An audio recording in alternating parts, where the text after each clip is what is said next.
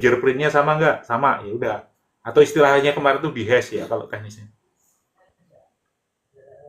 Oke. Gitu. Oke, sebentar saya kasih asisten saya yang cantik. Dia lagi mandi dulu sebentar ya.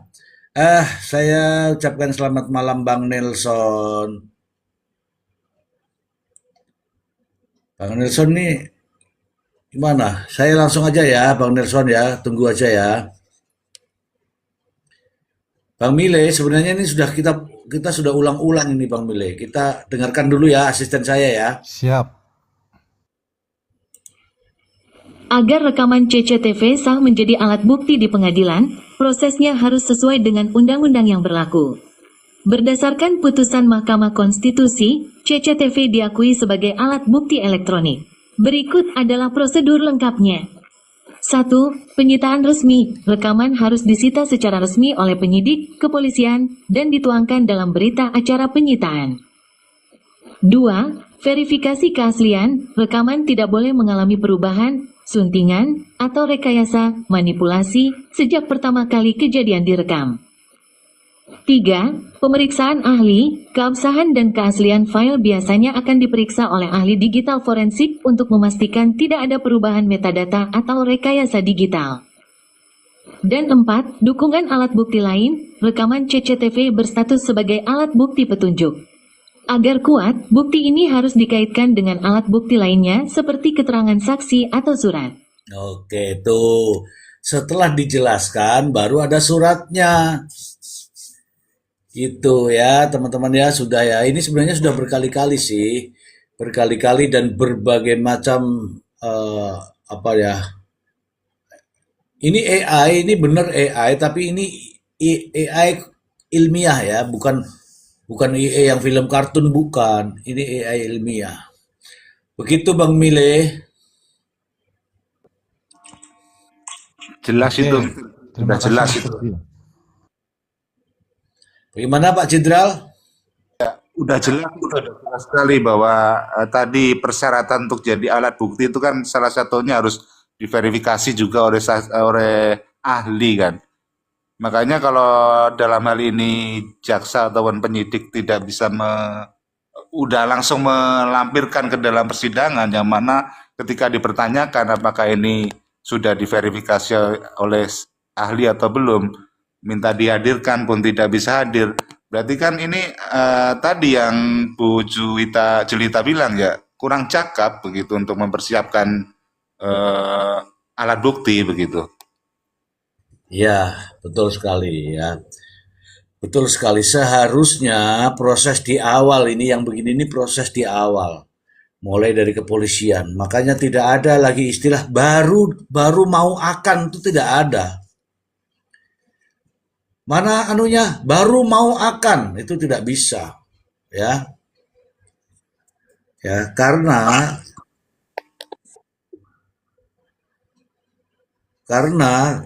itu menunjukkan seseorang siap atau tidak ya, seseorang atau tidak.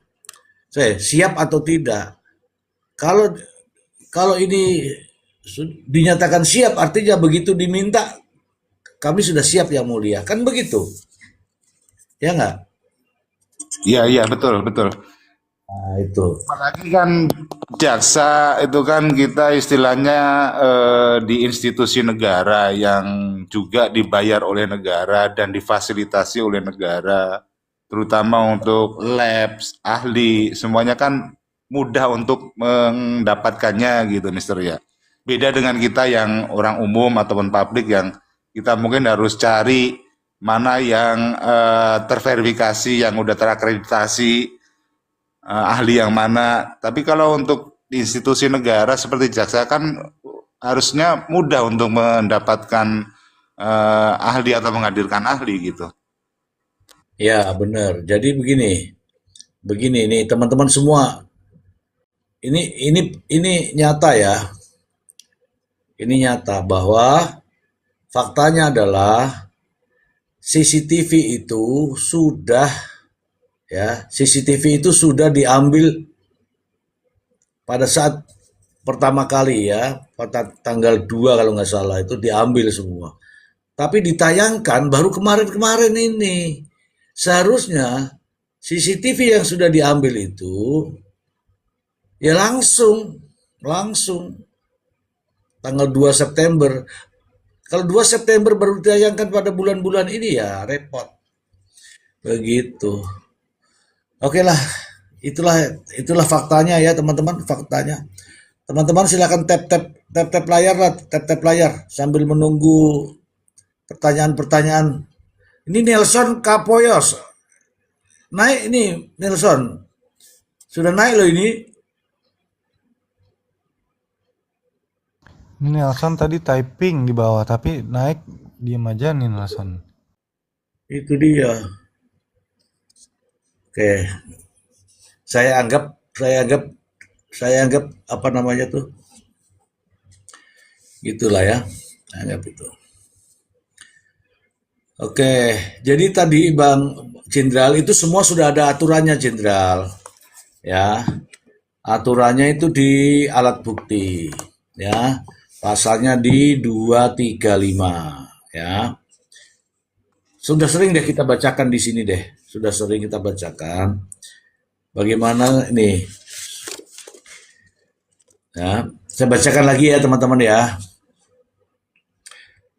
Pasal 235, alat bukti terdiri atas A. Keterangan saksi, B. Keterangan ahli, C. Surat, D. Keterangan terdakwa, E. Barang bukti, F. Bukti elektronik, G. Pengamatan hakim. Ini hakim juga ngamati tuh. Ini jaksanya kok gagap-gagap nih.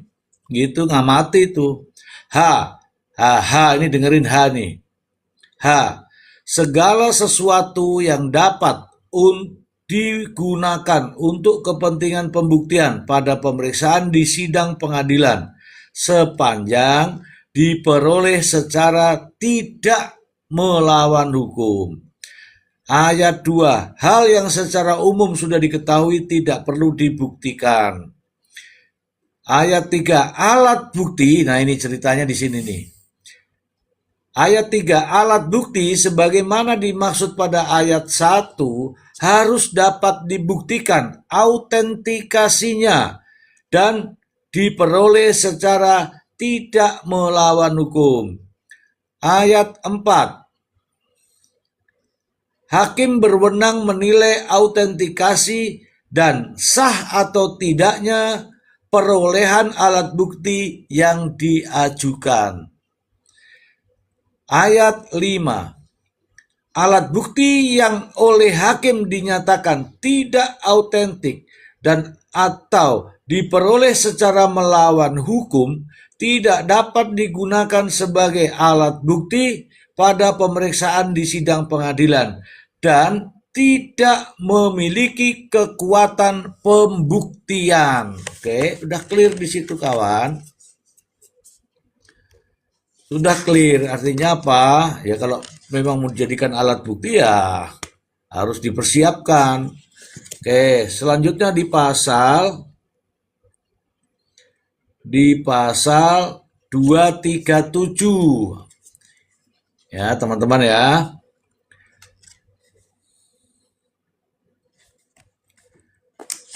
Ayat 1, keterangan satu orang saksi tidak cukup untuk membuktikan bahwa terdakwa bersalah terhadap perbuatan yang didakwakan kepadanya.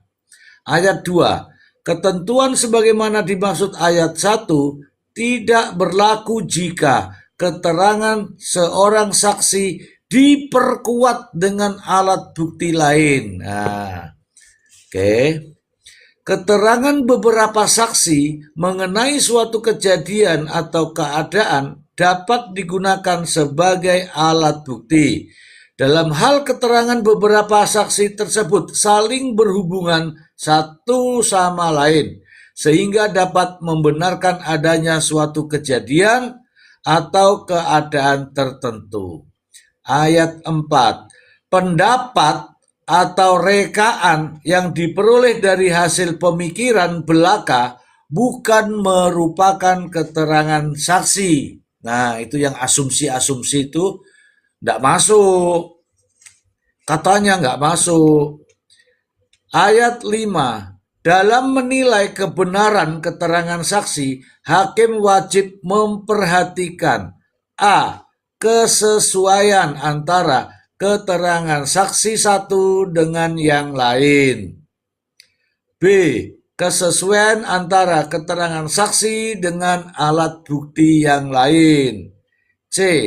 Alasan yang mungkin dipergunakan oleh saksi untuk memberikan keterangan tertentu.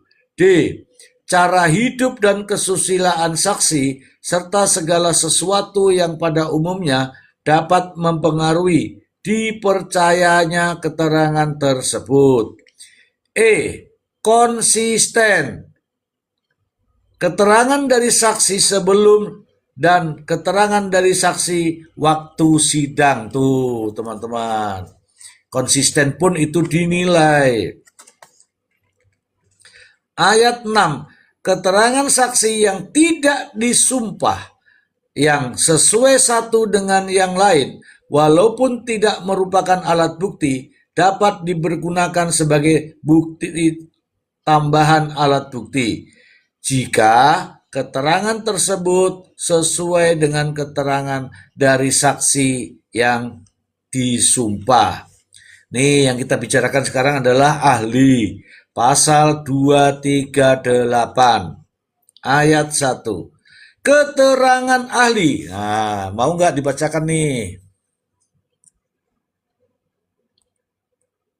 Bacakan, Mister, bacakan biar gamblang semuanya.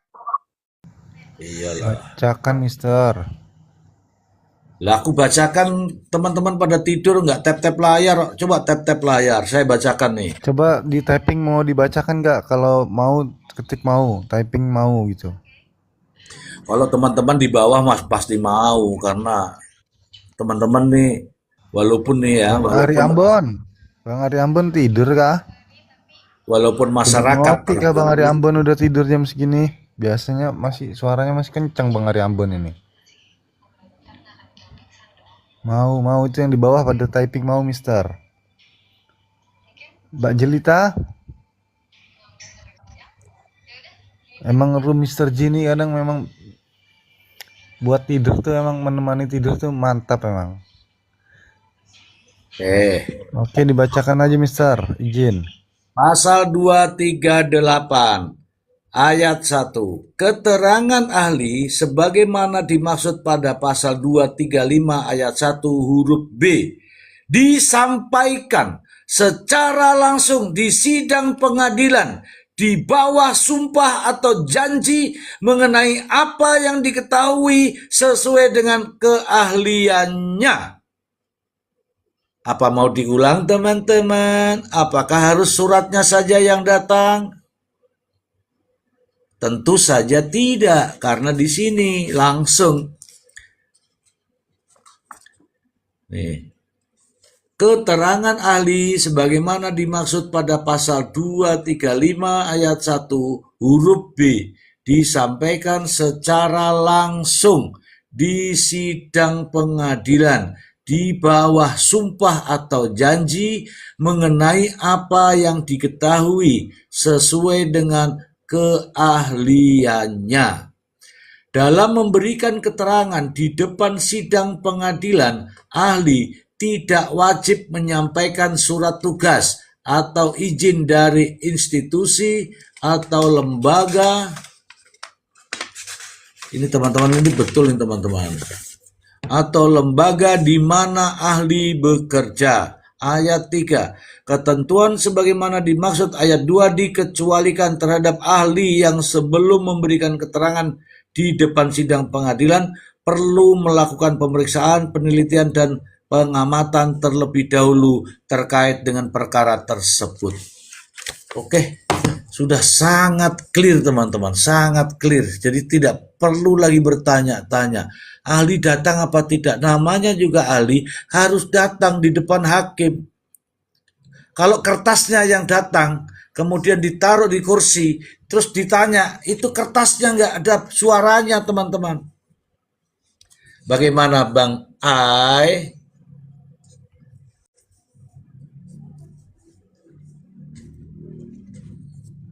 Sorry, lagi ngetik tadi. Iya, di, saksi ahli tetap diperlukan ya untuk membacakan ya, atau membumikan laporan yang sifatnya teknis. Kalau enggak ya pusing nanti audiens yang mungkin backgroundnya bukan di keahlian tersebut. Nah itu biasanya kan misalkan kemarin saya sebut misalkan ada algoritma Vatel gitu kan. Itu algoritma apa gitu kan. Nah itu kan nggak mungkin apa namanya si orang yang baca itu cari jurnalnya Vatel untuk tahu itu kan. Nah dijelaskan oleh ahli. Ini algoritma tujuannya untuk apa, bagaimana cara kerjanya secara bahasa orang awam gitu. Jadi biar bisa dipahami oleh banyak orang, akhirnya oh iya itu masuk akal dan scientific gitu. Kira-kira gitu, Mr. Z.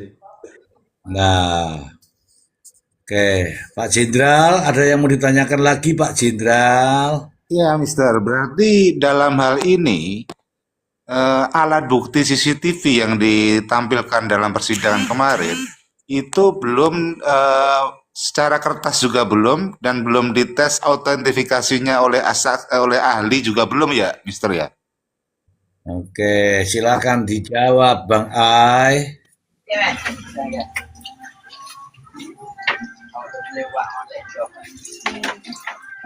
Sorry, jadi ulangi, tadi lagi ke arah lain. Izin bertanya. Jadi untuk saat ini alat bukti CCTV yang disampaikan oleh jaksa di persidangan itu belum ada surat dari ahli, surat keterangan dari ahli, maupun autentifikasinya itu juga belum disahkan oleh ahli ya, Pak ya? Kalau itu pernah ditanyakan, ini terkait yang digital evidence ya, khususnya yang CCTV ya. Iya, betul. Oke, kalau CCTV pernah ditanyakan oleh hakim kepada JPU waktu itu, tanyakan apakah ini sudah melewati proses digital forensik, lalu dijawab sama JPU belum yang mulia.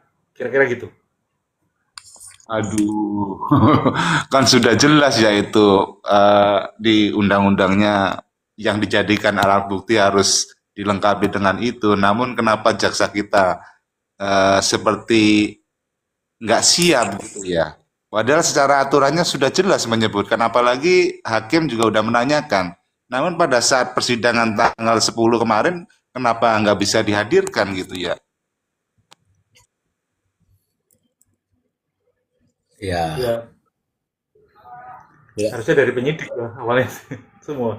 Pici naik, Pici naik, Pici Australia, naiklah. Ada Bang Dede juga di bawah nih nonton doang nih, ada juga rakyat ini nonton doang nih. Oke teman-teman. Tidak peduli teman-teman mau tapping apa tidak peduli. Ya. Mau tapping bebas, mau hukum mati saja nggak apa-apa. Ini apa nih? Vasco ini. Vasco ini naiklah sini. Kau ngomong sini, jangan cuma tapping-tapping di bawah lah. Kayak nggak sedap kamu ini dipandang mata ini. Kuman kamu nih. Satu kali dia tapping hilang loh ini. Selamat Halo. malam Bang Mile, Bang Jenderal, Pak Ya. Jelita, Malam, Bang Dede. Pak Yambon, Bu Sadek. Selamat malam semuanya. Malam. Silakan Bang Dede. Kenapa di bawah terus Bang Dede? Ini nah, saya juga pusing rasanya. Sudah sekian lama menanti, ternyata gagal juga. Ada Sedangkan bahasanya itu. Ada bahasanya gagal maneng gitu loh. ya itu Master G. Jadi banyak yang kecewa ini sidang ditunda, dan kami rupanya sudah banyak yang menyatakan seperti Prof. Emran, Bang Z, Mr. Z dan lain-lain ahli itu menyatakan yang sama. Ya saya sangat setuju sekali sih ulasan-ulasan yang ada. Cuman mungkin dari Bang Jenderal mungkin mengikutinya belum begitu banyak, jadi masih tanya yang awal-awal juga. Ya, artinya nggak apa-apa sih. Iya, baru Tambah join. tambah ilmu Bang Jenderal di sini, Bang Jenderal. Ya, ini juga Ilmunya banyak lihat sekali. YouTube-nya Mr. G tuh. Saya lihat YouTube-nya Mr. G langsung saya, oh ini di TikTok nih, ya udah join gitu. Iya. Ini pun saya naik ini apa yang mau saya tanyakan gitu loh. Ya, Kayaknya nggak ada lagi. Terima kasih Mr. C. Saya ikut ya karena nyimak kita, ini. ya betul. Karena kita sebenarnya sudah bahas jauh sebelumnya ya, Bang Dede ya. Iya Mr. C. Iya. Aduh, gagal maning gitu. Wis angel, Mister. Ya, tetapi di tempat lain ada yang ngomong, nggak penting itu digital forensik, nggak penting itu ahli, katanya begitu. Ya orang Bener, ngono toh. Ya kan, ada begitu bener, nggak, Bang Dede? bener. Saya jalan-jalan di koma lain itu. Ini Bang Ari ini juga sering jalan-jalan juga ini. Ah, Iya, ya gitu tuh. Sehingga Ada banyak kan, polemik juga. ada kan pendapat seperti itu? Iya, ada. Jadi telan mentah-mentah tanpa pengetahuan yang cukup mengenai proses hukum yang berlaku. Itu yang menjadi sulit. Dan Hmm, masyarakat pada umumnya tingkat pengetahuannya memang beda-beda seperti saya ini. Itu. Ya, iya. terima kasih kalau ada gabung di sini, Mr. Si bisa tahu. Oke. Gitu. Terima Ya, kasih. nih. Wih, malam-malam nih Prof. Emran nih. Selamat malam, Prof. Ayo, Prof. Ini sinyalnya diperbaiki lah. Selamat malam Prof. Waduh, baru hadir ini Prof Emran ini. Dengar apa sih? Dengar. Iya, dengar, Prof. Dengar ya? Bagus, bagus. Ini barusan nih bagus nih. Iya. Tadi malam apa ya? Iya, selamat malam semuanya. Malam. Malam, Iya. Prof. Malam Prof. Tadi malam saya, iya. Saya lihat ada apa namanya? Bang siapa ya? Bang Leon ya? Ya, Bang Leo. Leon. Iya, saya join 2 kali, cuman mental terus, Mr. Ji. Jadi dia dubbing juga tuh nih. Hmm. Tiba-tiba mental. Ya itu sih, Mr. Ji. Siap, Prof. Jadi sekedar info untuk Prof. Emran bahwa sidang hari ini ditunda. Namun demikian ada permintaan daripada hakim. Permintaan hakim. Wah, kalau permintaannya ngeri. Ditunda pada tanggal 17 Juni nanti. Dan pada tanggal 17 Juni juga dibacakan, katanya sih dibacakan ya suratnya terkait dengan DNA. Juga akan dibacakan tuntutannya pada tanggal 17 Juni juga kalau nggak salah begitu. Itu yang saya terima informasinya, Prof. Jadi hari ini sidang ditunda untuk ke tanggal 17. Sekedar info, Prof. Padahal hari ini mohon izin. Padahal hari ini jadwalnya adalah menghadirkan ahli digital forensik, Prof. Silakan. Iya. Iya, saya juga tadi sempat lihat VT juga sih, ada yang VT ya, pas itu saya lagi scroll, saya istirahat scroll. Ada VT sebenarnya, VT itu apa namanya, majelis menanyakan ke JPU-nya estimasi. Jadi dalam keterangannya itu kan nggak diberikan limitasi waktunya tuh, batas waktunya tuh atau maksimal waktunya ya. Lalu kemudian ditanyakan oleh JPU, ditanyakan oleh hakim ketua kalau nggak salah tanyakan estimasi kaitannya dengan selesainya digital forensik itu. Itu pun nggak bisa dijawab, itu kan aneh ya, aneh. Itu aneh. Karena apa? Digital forensik ini kan sebenarnya lebih krusial daripada DNA itu menurut saya. Di antara kedua ini tuh kalau berdasarkan scientific approach itu, mungkin DNA-nya gampang lah ya kan? Kita juga nggak tahu DNA ini kemudian mencocoki DNA, iya kan? Karena kan sebelumnya itu juga kan ada kemungkinan bahwa DNA orang-orang itu kan sudah diambil dulu. Katakanlah begitu ya. Katakanlah begitu. Jadi ya bisa-bisa aja lah kalau kita bicara dalam bentuk manipulasi kan gampang. Tapi kalau CCTV ini kan sesuatu yang memang dia volatile, jadi memang integritasnya itu perlu diuji. Nah, konsekuensinya sekarang ini kan JPU kemudian sulit untuk kemudian menghadirkan ahli kaitannya dengan digital forensik itu. Nah, itu sebenarnya sudah outputnya sudah, hasilnya sudah ada, tapi prosesnya belum. Kan aneh kan? Nah, Ya. padahal hasilnya sudah itu tanya Bang Ai. Kalau Bang Ai lihat ini dengerin di kampus.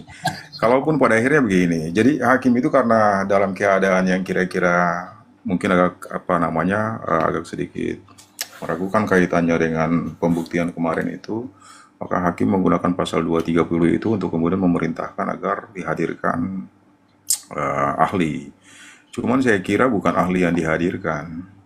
Segala sesuatu yang kaitannya dengan alat bukti digital pasal 235 huruf ayat 1 huruf F itu, alat bukti elektronik itu sebenarnya. Jadi dia baik dalam bentuk fisik lalu kemudian maupun artinya hasil dari digital forensik itu dituangkan dalam bentuk, dia dikonstruksikan dalam bentuk surat, ketiga-tiganya itu dihadirkan. Kan harusnya begitu. Ya. Harusnya begitu. Karena kalau yang dia teliti ada, kalau yang jadi kan begini nih, orang itu kan sebenarnya yang pengen didapatin itu kan utuhnya CCTV itu kan. Ya. Nah, itu sebenarnya. Tapi kalau misalkan yang hanya mau, ya artinya kalau mau dilakukan riset hanya didasarkan pada pada cuttingan CCTV itu, ya susah lah. Sementara pasal 6 Undang-Undang ITE itu kan memang itu mewajibkan keutuhan dari CCTV itu, integritasnya, baik dari proses formalitasnya ataupun substansinya. Substansi artinya materi di dalam materi yang ada dalam, katakanlah kita anggap itu hard disk apa sih, DVR apa ya, Bang Ae? Dia fisiknya dalam bentuk apa tuh Bang Ae? Bang Ai. Micro SD, Prof. Oh itu. Cuman udah Itu. di-copy dalam bentuk flash disk yang ditaruh di persidangan gitu ternyata. Dijadikan Itu. barang bukti. Artinya kalau udah di-copy kan berarti bukan aslinya. Kalau misalkan dia pengen bikin comparing, berarti dia harus merefer pada yang aslinya kan. Maka iya kan? Gitu ya, Bang Iya, Aye? betul. Iya. Artinya Bukan tidak, tapi gini maksudnya, itu istilahnya tidak bisa dijamin keasliannya, tepatnya begitu. Bukan berarti tidak asli ya, tapi tidak bisa dijamin keasliannya. betul. Karena kalau misalkan ada yang mempersoalkan kaitannya dengan yang sudah di cloning itu kan, berarti kan dia harus merefer pada yang orinya kan. Itu sebenarnya memang jadi aneh juga. Harusnya kan ketika pembungkusan itu kan untuk memastikan adanya originalitas dari CCTV itu. Sebenarnya sih, jadi ketika yang cloning ini yang sudah kemudian dihadirkan kemarin itu dianggap ada yang kemudian baik majelis maupun ada para pihak yang kemudian agak sedikit koreksi kaitannya dengan hasil itu, maka mereka bisa merefer pada yang aslinya. Itu. Tapi kalau sekarang saya yang kemarin dengar-dengar isu itu, aslinya tuh udah dibalikin lagi tuh. Berarti kan dia sudah bersifat tainted. Sudah pasti sudah sangat mungkin tercemar dianya kan? Bang Aye? Betul, Prof. Kalau sudah dikembalikan kemudian CCTV-nya nyala lagi, kan kemungkinan besar ditulis oleh video yang lebih baru, yang lama ketimpa. Itu. Ditambah lagi kan kemarin pemilik mengaku ke Pak Tony kan cuman hanya ada potongan video itu yang 501 itu, tidak ada yang lain. Itu dia. Itulah hal-hal begitu, Mr. Ji. Hal-hal begitulah. Jadi kedua CCTV ini sebenarnya sama, dia statusnya sama. Nggak ada yang utuhnya. Jadi kalau misalkan kita pengen mengkonfirmasi CCTV yang kedua, berarti harus kan dikembalikan kepada CCTV yang pertama itu. Kalau CCTV yang kedua itu kan angle-nya itu kalau nggak salah diambil dari samping ya. Itu dari bengkel kalau nggak salah ya. Ya, dari bengkel ruko. Angle dari samping, dari ruko. Artinya ketika mayat itu katakanlah kita anggaplah ini kan dalil dari JPU nih, bahwa yang diambil itu adalah mayat.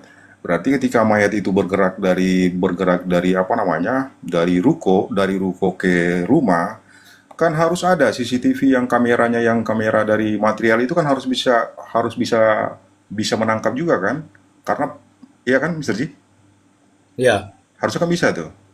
Karena kan itu mayat diambil gini nih. Ada orang yang keluar sebelumnya itu disorot sama CCTV material. Lalu kemudian menurut JPU bahwa itu Prio atau siapalah. Tapi menurut Prio itu adalah Joko. Itu hanya satu CCTV itu. Lalu kemudian CCTV yang kedua itu yang ada di lokus yang kedua itu kan ada pergerakan dari apa namanya, pergerakan dari ruko, mereka itu bergerak ke rumah. Berarti ketika yang di ruko itu tertangkap kamera yang bengkel itu, otomatis nanti CCTV yang ada di apa namanya tuh, material itu kan juga harus bisa kan? Dia juga bisa, iya kan? Artinya pasti menangkap lah ketika pergerakan mereka masuk ke dalam kan? betul. Itu sama sekali nggak ada. Jadi untuk mengkonfirmasi CCTV yang kedua, dia harus balik ke CCTV yang pertama. Betul. Dari Sebenarnya berkaitan. begitu. Eh, Ah, izin. Gini, oke. itu menurut pengacaranya Prio, jadi CCTV yang dari toko bangunan itu hanya menyorot pintu gerbang utama. Padahal di situ alibinya itu masuknya jenazah itu dari garasi, bukan dari pintu gerbang utama. Tapi di sisi lain, ketika ada video juga, motor Ririn itu bisa terdeteksi dari jauh itu. Dari jauh kalau dia berhenti di rumah Budi. Itu sebuah kontroversi. Satu itu. Yang kedua, tadi menyikapi yang ditayangkan Mr. G tadi, kok nggak ada ditanyakan biometrik wajah ya? Karena itu krusial sekali. Masalahnya, wajah ini bisa menentukan itu Prio atau Ririn, atau orang lain. Ya itu mungkin yang jadi ganjalan saya. Terima kasih.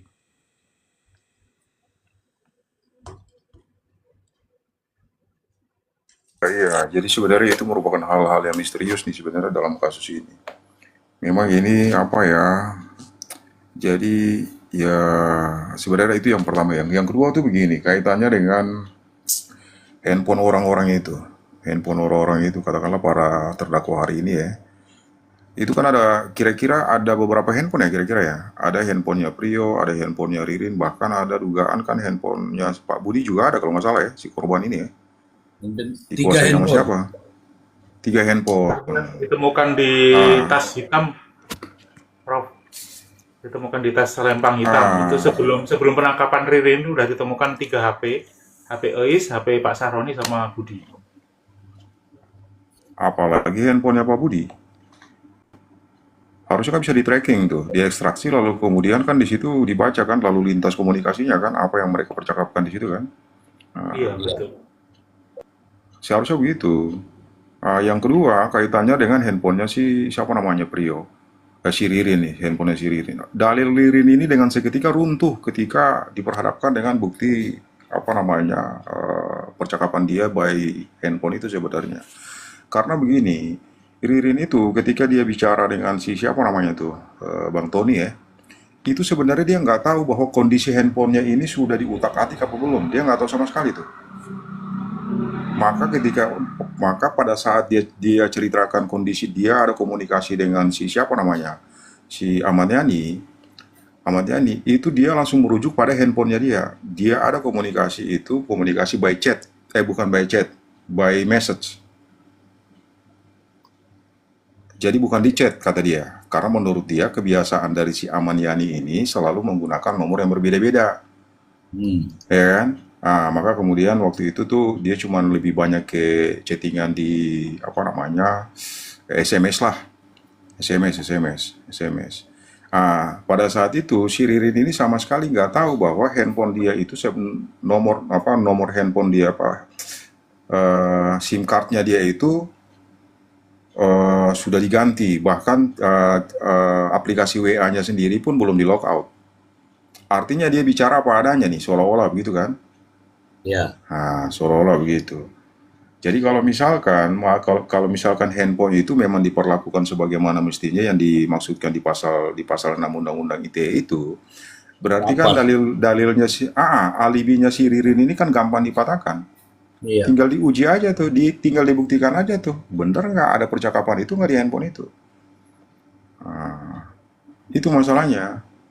Cuman entah apa motivasinya, kok itu semua menjadi hilang ya, menjadi hilang dan sebagainya. Nah, itu sih menjadi persoalan sebenarnya. Kalau mereka tunduk pada due process of law, sih saya kira nggak sampai begini. Diskusi menjadi panjang karena itu problemnya itu pada apa? Pada digital forensik, ya kan, hal-hal yang bersifat saintifik ini. Padahal kalau menurut Bang Ai kemarin kan saya sebenarnya setuju sih sama yang lainnya juga. Ini bukti-bukti primer sebenarnya, bukti-bukti primer begini yang akurasi kebenarannya itu memang nggak bisa terbantahkan lagi 99%. Nah, ya, itu berbeda dengan kalau keterangan saksi dan sebagainya, mereka bisa berubah, bahkan ingatan mereka ini kan nggak 100% bisa dipercaya. Ya kan, ada kepentingan juga untuk melakukan self defense, pembelaan diri dan sebagainya, berbohong, apalagi itu. Ada prinsip yang right to remain silent itu, hak ingkar. ya. Apalagi dengan adanya hak ingkar itu. Jadi memang potensially mereka berubah. Tapi ketika diperhadapkan dengan bukti-bukti yang bersifat saintifik tadi, nggak mungkin lah. Artinya mereka mau ngomong apapun tetap aja diiyakan. Contoh yang paling simpel itu yang kemarin CCTV kemarin itu kan, Ririn itu pada akhirnya dengan sendiri dia mengakui bahwa iya, saya berada di sana. Di TKP yang kedua, di apa namanya, lokus yang pertama ya, di Ruko ya, di Ruko. Karena dia menyadari sekali bahwa dia nggak mungkin untuk membohongi digital forensik ini, hasil CCTV itu sebenarnya. Makanya diiyakan sama dia. Itu sebenarnya sih, Mr. G. Ya, bahkan dari HP HP yang ditemukan, kalau mau sebenarnya, kalau mau bisa mendapatkan begitu banyak petunjuk, mulai dari keberadaannya, terakhir terakhir berkomunikasi dengan siapa, termasuk handphone-handphone milik para korban. Ada walaupun tidak ada HP-nya, cuma nomornya saja kita bisa dapatkan. Kemudian kita meminta demi demi keadilan, katakanlah demikian, bisa keluar itu bahwa nomor ini menghubungi ini pada jam-jam begini, termasuk nomor handphone milik Ibu Uwis.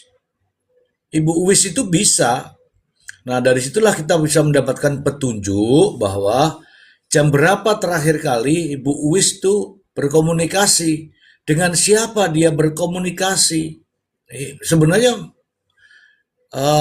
kalau mau mengembangkan kasus ini, ya ini Bang Ai juga sepakat ini. Bisa ketahuan ini petunjuk begitu banyak di situ melalui handphone. Begitu. Bagaimana menurut Bang Ai dengan handphone ini, Bang Ai? Iya, memang agak apa ya, mengenaskan ya kalau melihat daftar barang bukti itu dihadirkan handphone cuma dua.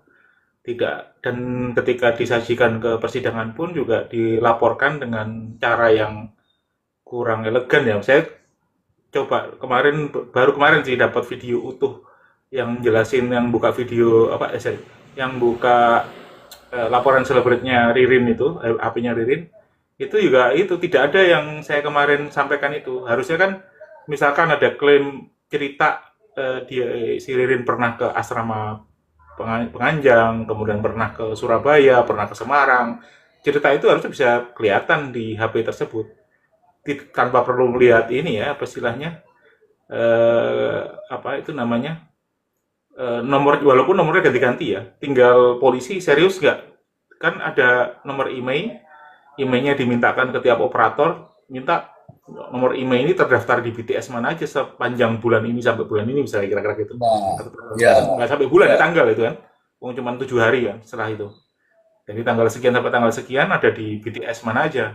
Nah, itu harusnya dapat dari situ. Udah baik itu yang dari si operator. Kemudian dari sisi handphonenya sendiri, pas di celebrate, itu artifaknya masih ada pasti. Dan itu nggak ada laporan itu, apa istilahnya? Ya laporan ya, mengkonfirmasi dakwaan itu tidak ada sama sekali. Di situ akhirnya buktinya jadi saling lepas, tidak saling menguatkan. Hmm, ya, Ditambah betul lagi tuh. korban ya, korban itu juga kunci sebenarnya. Tidak ada itu laporan ekstraksi handphone korban satupun.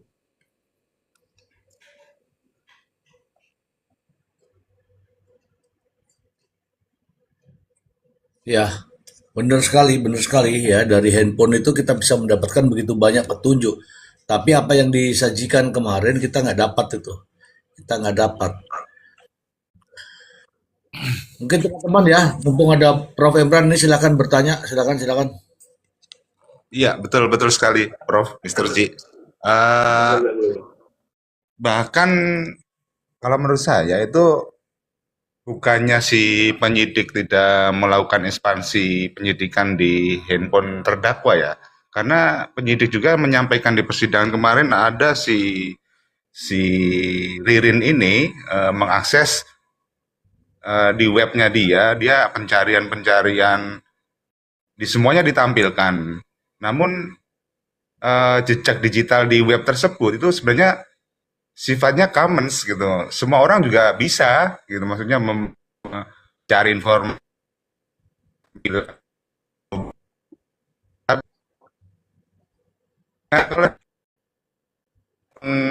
Signifikan bagaimana menghilangkan bau busuk mayat kan seperti itu. Kemudian bagaimana cara akses ke luar negeri ilegal. Ya semua orang juga bisa gitu mencari informasi seperti itu. Kemudian dia judi online, akses di webnya dia, download aplikasi. Ya semua orang juga itu hal yang common gitu kan. Tapi tidak ada yang langsung signifikan otentik bahwa ini berkaitan dengan pembunuhan ataupun kasus ini gitu. Justru yang primernya percakapan-percakapan itu tidak ada yang ditampilkan yang sifatnya primer gitu. Atau emang sebenarnya udah observasi di situ tapi tidak menemukan atau bagaimana nih yang jadi pertanyaan kita gitu, Prof. Bisa jadi gitu. Sudah melakukan track percakapan tapi tidak ada percakapan yang istilahnya langsung berkaitan dengan pembunuhan ini gitu kan. Karena yang sifatnya sekunder aja gitu kan dia akses tuh dia track dia webnya akses kemana aja itu sampai di track sama penyidik kan gitu. Jadi download aplikasi, kemudian cari berita-berita, mantau juga kasus. Tapi kan ya kita semua juga mantau kasus kan begitu. Nanti kalau handphone saya di ini, wah kamu mantau kasus, jangan-jangan kamu pelaku. Bisa jadi begitu kan. Emang secara primernya nggak dapet gitu loh. Percakapan ini nih yang harusnya jadi kunci kan. Ya, Nggak bisa dibantah gitu secara forensik. Begitu, terima kasih. ya silakan Prof. Dari Jenderal ini, Jenderal anu Prof, Jenderal Nagabonar. Iya, nah benar. Iya. Ah, iya, iya, sebenarnya begitu. Harusnya begitu. Kalau kita tunduk pada apa namanya proses yang benar ya. Cuman kan kemarin tuh ada satu pertanyaan tuh ditanyakan bahwa ketika ditanyakan di sidang itu kalau nggak salah ya sama pengacaranya sama Pak Tony ya, kaitannya dengan SIM cardnya si siapa namanya si Ririn. Lalu kemudian dijelaskan bahwa mereka itu JPU menerima itu dalam kondisi seperti itu. Tapi kemudian dikonfirmasi lah sama Pak Tony ini kepada kalau nggak salah siapa ya? Kapolri apa siapa bisa sih kemarin tuh yang disampaikan sama Pak Tony itu. Nah, itu dijelaskan bahwa enggak ya itu diserahkan ke JPU itu dalam keadaan utuh. Ada WA-nya, ada apa namanya, ada SIM card-nya lengkap katanya begitu. Jadi ada dua versi nih. Ah, itu ada dua versi. Kelihatannya jadi agak abu-abu juga. Yang kedua begini, ada dalil dalam dakwaan itu yang menyatakan bahwa ada percakapan Ririn itu menelpon seseorang. Entahlah dia telepon siapa waktu itu, saya lupa waktu itu. Lalu dalil itu diikuti dengan merek handphone yang digunakan adalah ini gitulah ini. Tapi SIM cardnya itu nggak di artinya nomor teleponnya itu nggak ada artinya nggak disebutkan di dalam dakwaan. Nah, dan apa yang mereka percakapkan pun itu nggak ada di dalam dakwaan, tapi didalilkan di dalam dakwaan itu. Nah, itu kan aneh kan? Itu aneh. Nah, artinya kalau misalkan sudah dibunyikan di dalam dakwaan, maka percakapan itulah yang perlu, yang menjadi penting. Menjadi penting. Ada percakapan melalui apa? Melalui telepon. Berarti apa percakapannya? Biasanya dikasih bold. Kalau misalkan dia pakai bahasa, katakanlah bahasa Jawa Indramayu lah ya, berarti boldnya itu pakai bahasa Jawa Indramayu itu. Itu karena itu merupakan fakta yang ditemukan di handphone itu. Cuman problematiknya itu handphone artinya disebutkan bahwa ada percakapan, tapi apa yang dipercakapkan itu sama sekali nggak dibunyikan dalam dakwaan. Nah, Itu iya, gitu iya. sih. Ah, itu hal-hal yang apa ya, hal-hal yang sebenarnya aneh bin ajaib karena memang kalau misalkan sempat disebutkan ada percakapan berarti apa yang mereka percakapan kira-kira itu, apalagi biasanya itu yang kaitannya dengan tindak pidana yang memang instrumentum deliknya apa namanya menggunakan instrumen handphone dan sebagainya. Itu percakapan itu yang di tracking tuh biasanya tuh yang kemudian diekstraksi.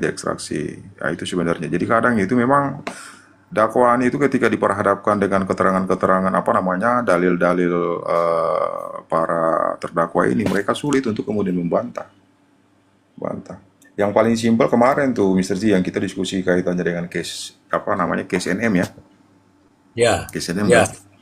Itu seluruh percakapan itu memang diambil dari alat bukti itu nyaris itu hampir keseluruhan tuh diambil dari percakapan mereka di telepon kan.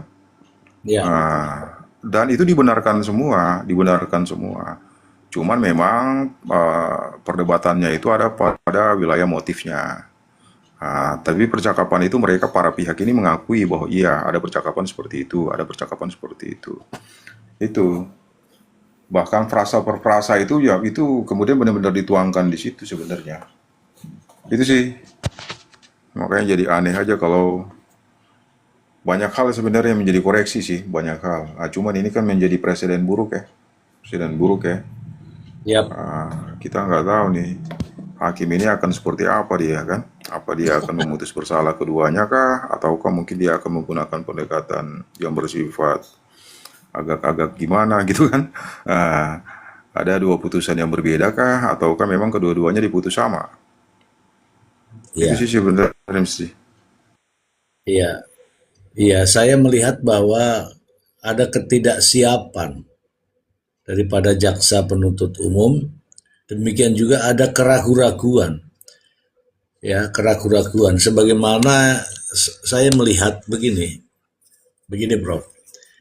Ketika jadwal yang sudah ditentukan dan dibacakan, kemudian ada juga di SIPP, jadi jadwal persidangan yang seharusnya jaksa penuntut umum adalah membacakan tuntutan terhadap Priyo itu ditunda dengan alasan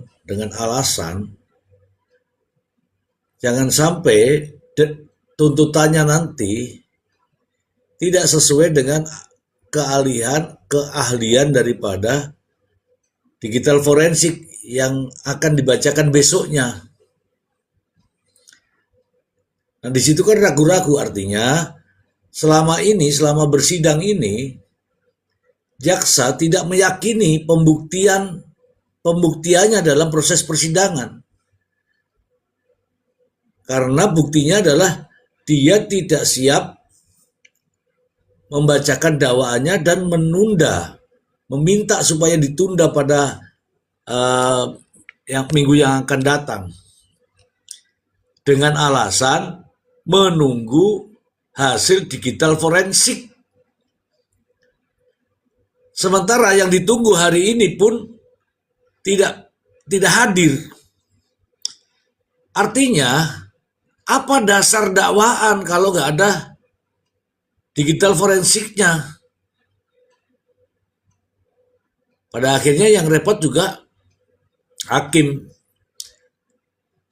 Tadi Prof, itu hakim menanyakan apa yang bisa disajikan. Apa yang bisa disajikan? izin yang mulia, katanya, izin yang mulia, kami telah melakukan ini,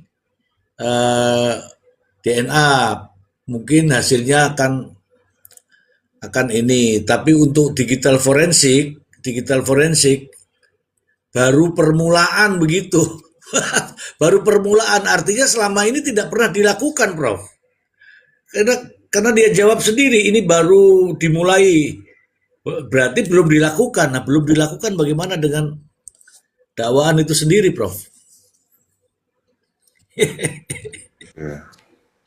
Artinya kalau saya sih begini, kalau misalkan yang dilakukan, yang katakanlah kalau dilakukan digital forensik itu terhadap bukti yang sebelumnya sudah ditampilkan, tetap aja dia nggak memenuhi kualifikasi syarat sah sebagai alat bukti. Iya, betul. Karena harusnya kan mulai dari awal. Iya, Mulai dari awal ya, dia mulai dari proses apa namanya pembungkusan alat bukti, lalu kemudian cloningan alat bukti, lalu kemudian dilakukan gelar perkara. Gelar perkara oleh expertnya ya. Itu sebenarnya. Jadi fisik dari apa namanya CCTV itu benar-benar harus memang ada gitu loh, Mr. Z. ya, Harus ada. Tapi kalau misalkan sudah dikembalikan, berarti kan kita nggak bisa lagi memastikan originalitas dari CCTV itu kan. betul. Artinya dia sudah bersifat tainted evidence. Jadi memang nggak bisa. Jadi kalau misalkan yang mau diteliti yang ini lagi, ya memang nggak bisa. Jadi kalau pasal 230 KUHP itu sebenarnya gini nih. Itu dia kaitannya dengan hakim ini sebenarnya ada semacam gini nih. Sebenarnya ada alat bukti digital forensik ataupun alat bukti apapun yang menurut hakim itu sebenarnya harusnya sudah membuat terang perkara. Tapi hakim agak sedikit punya catatan gitu loh. Punya catatan. Tapi perolehan, artinya cara perolehan maupun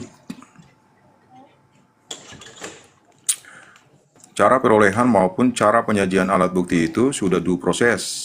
Artinya dia sudah tunduk pada syarat formil dan syarat material. Tapi dilakukan pengujian ulang. Karena ada koreksi baik dari PH ataupun dari ada majelis lah, katakanlah begitu. Itu sebenarnya. Itu Mr. Z. Tapi kalau yang ini, saya kira kalau yang ini sih udah nggak mungkin Mr. Z. Kendati pun dihadirkan ahli pun, ahli hanya kemudian membaca potongan-potongannya. Sementara yang dibutuhkan di pasal 6 itu, yang dimaksud di pasal 6 itu adalah integritasnya. Jadi keseluruhan gitu loh Mr. Z. Jadi ya saya kira sama aja sih.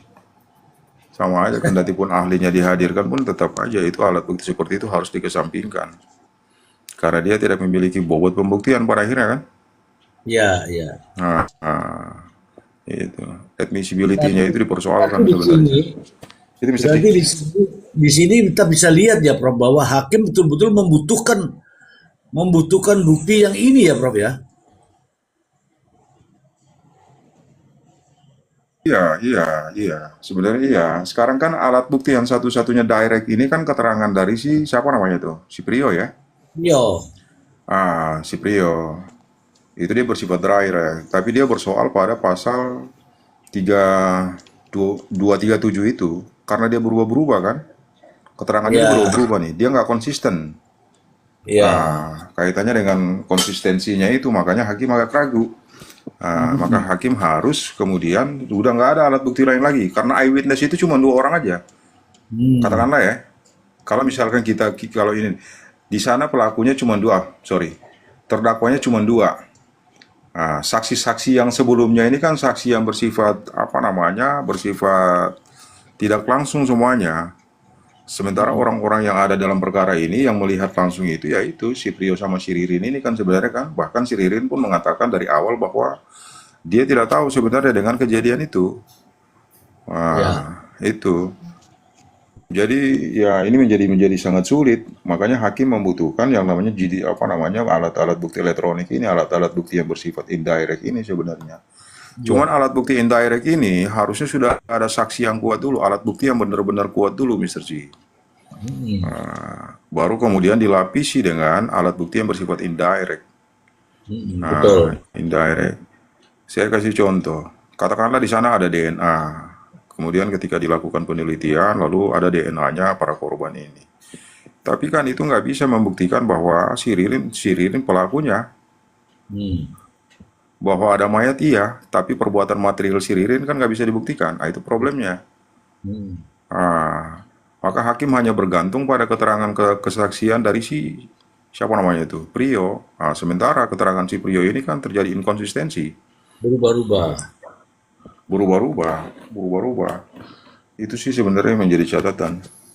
Ya, catatan. Jadi saya kira alat-alat bukti yang bersifat digital ini, bersifat saintifik ya, ini sepertinya semuanya itu meragukan dan patut dikesampingkan. Karena itu, karena pasal 235 ayat 4 ya, ayat 4, ayat 3, ayat 3, ayat 4 dan ayat 5 itu sebenarnya sudah menentukan sendiri alat bukti seperti itu kan sebenarnya alat bukti yang tidak memenuhi kualifikasi syarat sebagaimana dimaksud sebenarnya di pasal 6 Undang-Undang ITE. Sebenarnya sih sebagai syarat sahnya alat bukti, kesahihan alat bukti. Itu sebenarnya sih. Baik, ini ada Bang Nelson. Silakan Bang Nelson, kesempatan untuk Anda ini Bang Nelson. Siap. Selamat malam, Mr. G. Selamat malam Bang Nelson. Ya, Prof. Emran, Bang A ya. ya. Malam. Ya, Selamat malam. saya mau, ini saya penasaran tadi kenapa sidangnya sampai bisa ditunda gitu. Kalau menurut saya sih banyak tadi kejanggalan tadi. Kenapa bisa ditunda?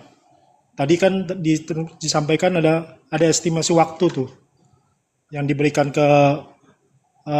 untuk mencari siapa sih ahlinya kan belum ditemukan nih. Sementara yang dalam prakteknya kan memang ahli itu sejak BAP itu udah harus bisa selesai gitu, disampaikan di dalam kepolisian. Tapi ini di dalam fakta persidangan. Nah, pertanyaannya ke Prof, ini bagaimana nih kalau kayak gini?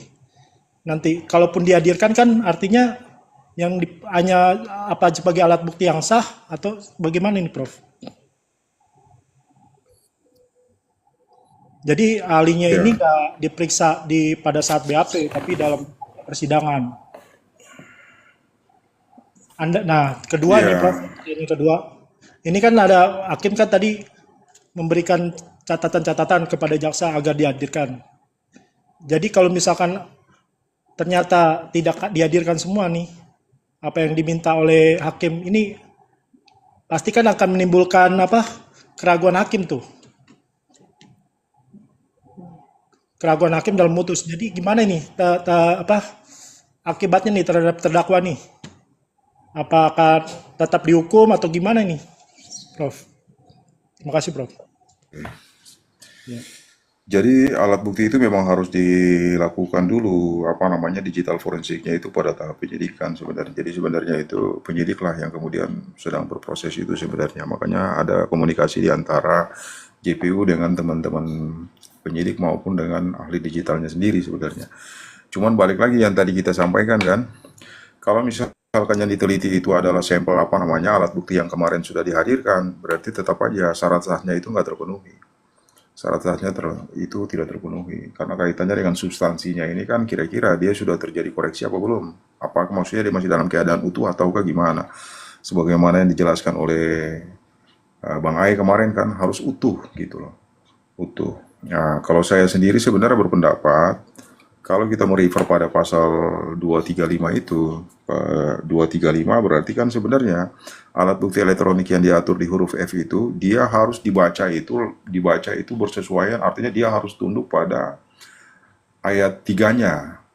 Ayat 3, 23 pasal 235 KUHP itu sebenarnya, di ayat 3-nya itu. Karena ayat 3-nya itu mensyaratkan dua hal.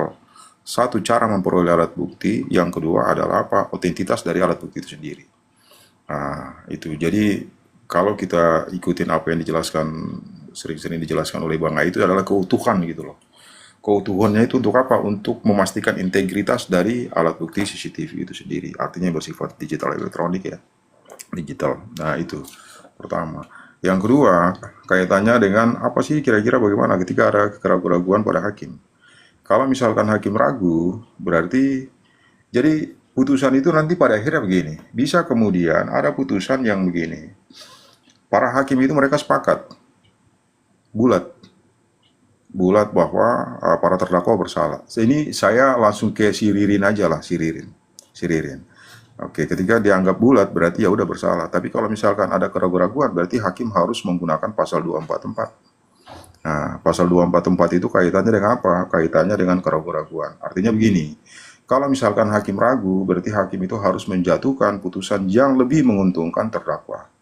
Nah, itu sebenarnya. Nah, itu dalam prinsip hukum itu ada namanya beyond reasonable doubt. Mungkin kalau di Indonesia ini apa namanya tuh, ada satu prinsip lagi tuh.